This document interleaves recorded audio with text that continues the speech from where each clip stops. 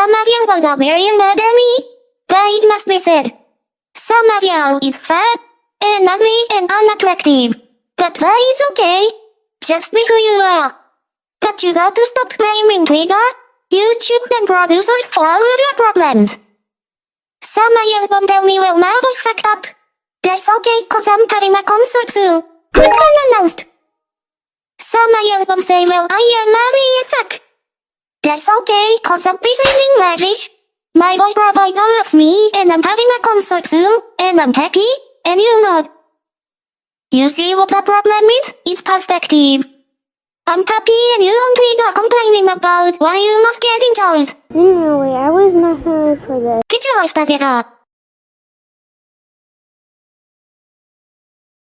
Here's an economy train.